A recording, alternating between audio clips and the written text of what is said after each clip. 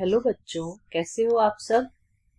आज हम नूतन गुंजन हिंदी पाठमाला कक्षा 4 का पाठ क्रमांक 7 चींटी और कबूतर पढ़ने जा रहे हैं। इस पाठ में मुसीबत में फंसे व्यक्ति की मदद कैसे करते हैं और हमें मुसीबत में फंसे व्यक्ति की मदद करनी चाहिए उसके बारे में हमें बताया गया है।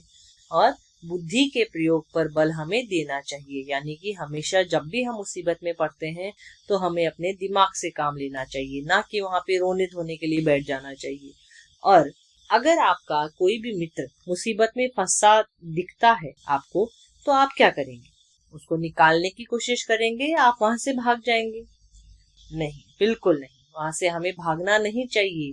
हमें सोचना चाहिए कि हमें अपने मित्र को कैसे उस मुसीबत से निकाल सकते हैं। और दूसरों की मदद करके आपको कैसा लगता है, ये आप मुझे कमेंट बॉक्स में जरूर बताएं। तो जब भी हम दूसरों की मदद करते हैं या दूसरों को मुसीबत से निकालते हैं तो हमारे दिल को जो सुकून मिलता है वो बिल्कुल ही अलग होता है। और निस्वार्थ भाव से हमें सारे कार्य करने चाहिए। और मुसीबत में कभी भी हमें धैर्य नहीं खोना चाहिए, हमेशा हमें धैर्य रखना चाहिए। और हमें धन्यवाद, सॉरी जैसे शिष्ट जो शब्द हैं उनको हमें बढ़ावा देना चाहिए। हमेशा हमें ऐसे शब्दों का प्रयोग करते रहना चाहिए। तो यह जो कविता है वो चींटी और कबूतर के बारे में है। तो यहाँ पे एक कबूतर जो है वो डूबती हुई चींटी को बचा लेता है। तो कुछ दिनों बाद जब वह कबूतर मुसीबत में फंसता है तो चींटी उसे बचा लेती है और सीख देती है वो कि भला करोगे तो हमेशा भला ही होगा। तो परस्पर सहायता और सद्भाव से सबका भला होता है। परोपकार एक महान गुण है जो मित्रता, शांति, विश्वास जैसे भाव उपजाता है। तो इस पाठ से जाने की निस्वार्थ भाव से किया गया काम कभी भी निष्फल नहीं होता है। तो हम कविता शुरू करते हैं। प्यासी चींटी धीरे धीरे झरने पर थी आई, झुककर पानी पीने बैठी लुढ़की और घबराई। तो यहाँ पे एक प्यासी जो चींटी थी वो धीरे धीरे चलकर झरने तक आई थी और जब वो झुककर पानी पीने लगी तो वो वहां पे लुढ़क गई और लुढ़क कर वो लुढ़की तो वो बिल्कुल ही घबरा गई थी। तो गिरते गिरते चींटी चीखी, जल्दी मुझे बचाओ, तैर नहीं सकती पानी में, जल्दी मुझे उठाओ। तो यहाँ पे चींटी जो है वो लुढ़कते समय बहुत ही घबरा गई थी और जब वो गिर रही थी तो वह जोर से चीखी और उसने चीखते हुए कहा कि मुझे तैरना नहीं आता है, इसलिए मुझे कोई तो पानी में से उठा लो, मुझे बचा लो। पेड़ पर बैठे एक कबूतर ने सुन ली करुण पुकार, कैसे इसे बचाऊं मैं, वह सोच रहा था बारंबार। तो बारंबार का अर्थ है बार बार। तो यहाँ पे उसी जगह पे एक पेड़ के ऊपर कबूतर बैठा था। तो कबूतर ने उसकी करुण पुकार का मतलब होता है दया उत्पन्न करने वाली आवाज, यानी बुलाने की आवाज। जब भी हम किसी को हेल्प के लिए बुलाते हैं उस तरह की आवाज। तो कबूतर ने उसकी करुण पुकार सुनी तो उसने सोचा कि मैं इसको कैसे बचाऊं। वह बार बार सोच रहा था कि मैं किस तरीके से चींटी के प्राण बचाऊं। पत्ता पेड़ से उसने तोड़ा, चोंच में लिया दबा, फेंका तेजी से बहती उस चींटी के पास। तो तभी कबूतर ने बुद्धि के बल से, दिमाग से सोचा और एक उसी पेड़ से पत्ता तोड़ा और चोंच में दबा के उसने बहुत ही तेजी के साथ उस पानी के अंदर फेंका जो जहाँ पे चींटी थी। तो चींटी के पास उसने वो पत्ता फेंका। चींटी पत्ते पर चढ़ बैठी थी, अब भी परेशान, चोंच में दबा ले आया कबूतर जिंदा उसको जान।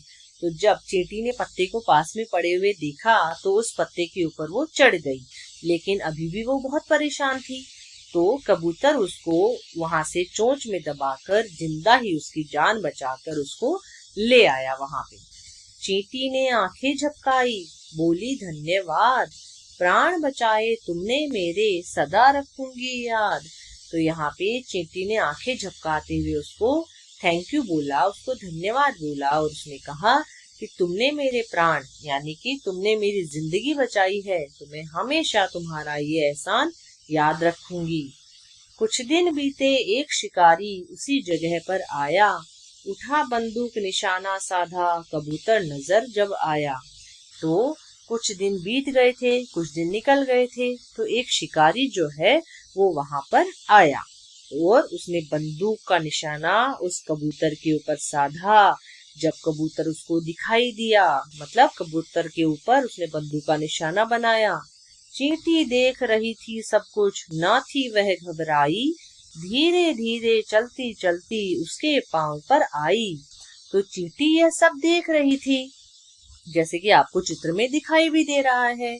तो वह बिल्कुल भी नहीं घबराई और बिल्कुल भी उसने समय नहीं गंवाया और धीरे धीरे चलते चलते उसके पांव के ऊपर वो चढ़ गई थी। काटा इतनी जोर से उसने, शिकारी था घबराया। तो यहाँ पे घबराना मतलब डर जाना। तो चींटी ने शिकारी को इतनी जोर से काटा उसके पैर पे कि शिकारी जो था वो घबरा गया, डर गया। छूटी गोली निशाना चूका, कबूतर हाथ न आया। तो शिकारी का जो निशाना था, जो कबूतर के ऊपर उसने निशाना साधा था, वो गोली का निशाना चूक गया और वो निशाना कहीं और जा लगा, जिसके कारण कबूतर उसके हाथ में नहीं आया। कबूतर उड़ गया वहां से, उड़कर पत्तों में छिप बैठा था, यह मन में आया। चींटी की बुद्धि ने ही आज मुझे बचाया। तो कबूतर जो है वो उड़कर पेड़ के पत्तों में कहीं छिपकर जा बैठा था और उसके मन में आया कि वह सोच रहा था कि चींटी की जो बुद्धि है, चींटी के दिमाग ने ही आज उसको इस शिकारी से बचाया है। शाम हुई चींटी को ढूंढा, यह कह उसे बुलाया, चींटी रानी धन्यवाद कहने आज यहाँ मैं आया। तो जब शाम हुई तो चींटी को कबूतर ढूंढने लग गया और उसे बुलाया गया कि तुम मेरे पास में आओ। और चींटी रानी को उसने कहा कि चींटी रानी तुम्हें धन्यवाद, उसको थैंक यू बोलना है कबूतर को चींटी से, कि धन्यवाद कहने के लिए आज मैं यहाँ पर तुम्हारे पास आया हूँ। मैं जिंदा हूँ, जिंदा यानी जीवित हूँ, तेरे कारण तभी काम हूँ आई, भला करोगे भला ही होगा, सुनो कबूतर भाई। तो यहाँ पे चींटी उसको बोल रही है, जब कबूतर ने उसको धन्यवाद कहा तो चींटी ने कहा कि मैं आज तुम्हारी वजह से ही जीवित हूँ और तुम हमेशा यह बात याद रखो कि भला करोगे भला ही होगा, कि अगर तुम दूसरों का भला करोगे या दूसरों की भलाई के बारे में सोचोगे तो हमेशा तुम्हारा भी भला ही होगा। तो यहाँ पे हमारी कविता खत्म होती है। आशा है आपको कविता समझ में आई होगी। आगे हम बढ़ते हैं शब्द अर्थ की तरफ, जो कठिन शब्दार्थ है। करुण, करुण का अर्थ है दया उत्पन्न करने वाली। पुकार, बुलाने की आवाज, बारंबार, बार बार। जिंदा, जीवित, सदा, हमेशा। तो यहाँ पे श्रुत लेख के लिए हमारे पास शब्द हैं प्यासी, चींटी, लुढ़की, करुण, जिंदा, धन्यवाद, नजर और बुद्धि। आगे हम बढ़ते हैं मौखिक और लिखित प्रश्नों की ओर। तो कविता से मौखिक प्रश्न है। सबसे पहला प्रश्न है, चींटी झरने पर क्यों आई?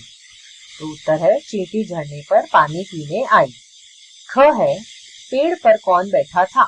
तो हमने कविता में पढ़ा है कि पेड़ पर कबूतर बैठा था। ग है, कबूतर को किसने बचाया? उत्तर है इसका, कबूतर को चींटी ने बचाया। घ है, चींटी ने कबूतर को क्या सीख दी? तो कविता के आखिर में हमने पढ़ा है, चींटी ने कबूतर को सीख दी, भला करोगे भला ही होगा। अभी हम बढ़ते हैं लिखित प्रश्नों की ओर। लिखित का पहला प्रश्न है, पानी में गिरने पर चींटी क्यों घबरा गई? इसका उत्तर है, चींटी को तैरना नहीं आता था, इसलिए पानी में गिरने पर वह घबरा गई। ख है, कबूतर ने चींटी को कैसे बचाया? तो इसका उत्तर होगा, कबूतर ने बहती चींटी के पास पत्ता फेंक दिया, जिस पर चींटी चढ़ गई। आगे बढ़ते हैं प्रश्न संख्या ग की तरफ। कबूतर द्वारा जान बचाने पर चींटी क्या बोली? इसका उत्तर है, कबूतर द्वारा जान बचाने पर चींटी ने उसे धन्यवाद दिया और कहा, तुमने मेरी जान बचाई है, इसे मैं हमेशा याद रखूंगी। लास्ट का आखिरी प्रश्न है लिखित का। घ, पत्तों में छिपा कबूतर क्या सोच रहा था? इसका उत्तर है पत्तों में छिपा कबूतर सोच रहा था कि आज चींटी की बुद्धि ने मेरी जान बचाई है। आगे बढ़ते हैं हम प्रश्न संख्या 2 की तरफ। प्रश्न संख्या 2 है, सही उत्तर पर सही का निशान लगाओ। क है, चींटी पानी पीने के लिए कहाँ आई? तो इसका उत्तर होगा झरने पर आई। ख है, कबूतर पर निशाना किसने साधा? तो हमने कविता में पढ़ा, कविता पिन, कबूतर पर निशाना शिकारी ने साधा था।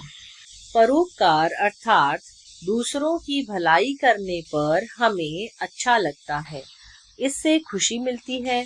परोपकार के द्वारा हमें अच्छे मित्र मिल जाते हैं। वहीं आत्मविश्वास से हम अपनी क्षमताओं और काबिलियत पर विश्वास कर सकते हैं।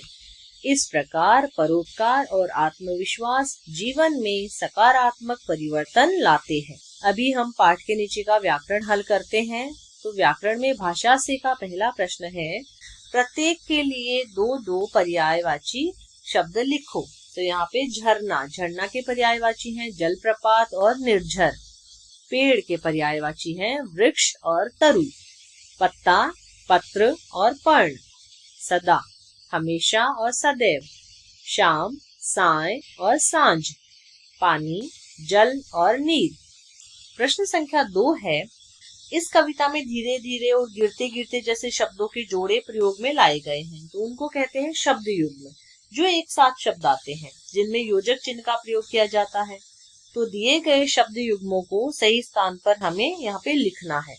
तो सबसे पहले हम लिखेंगे विपरीत अर्थ वाले शब्द युग्म और दूसरी लाइन में हम लिखेंगे मिलते जुलते अर्थ वाले शब्द युग्म।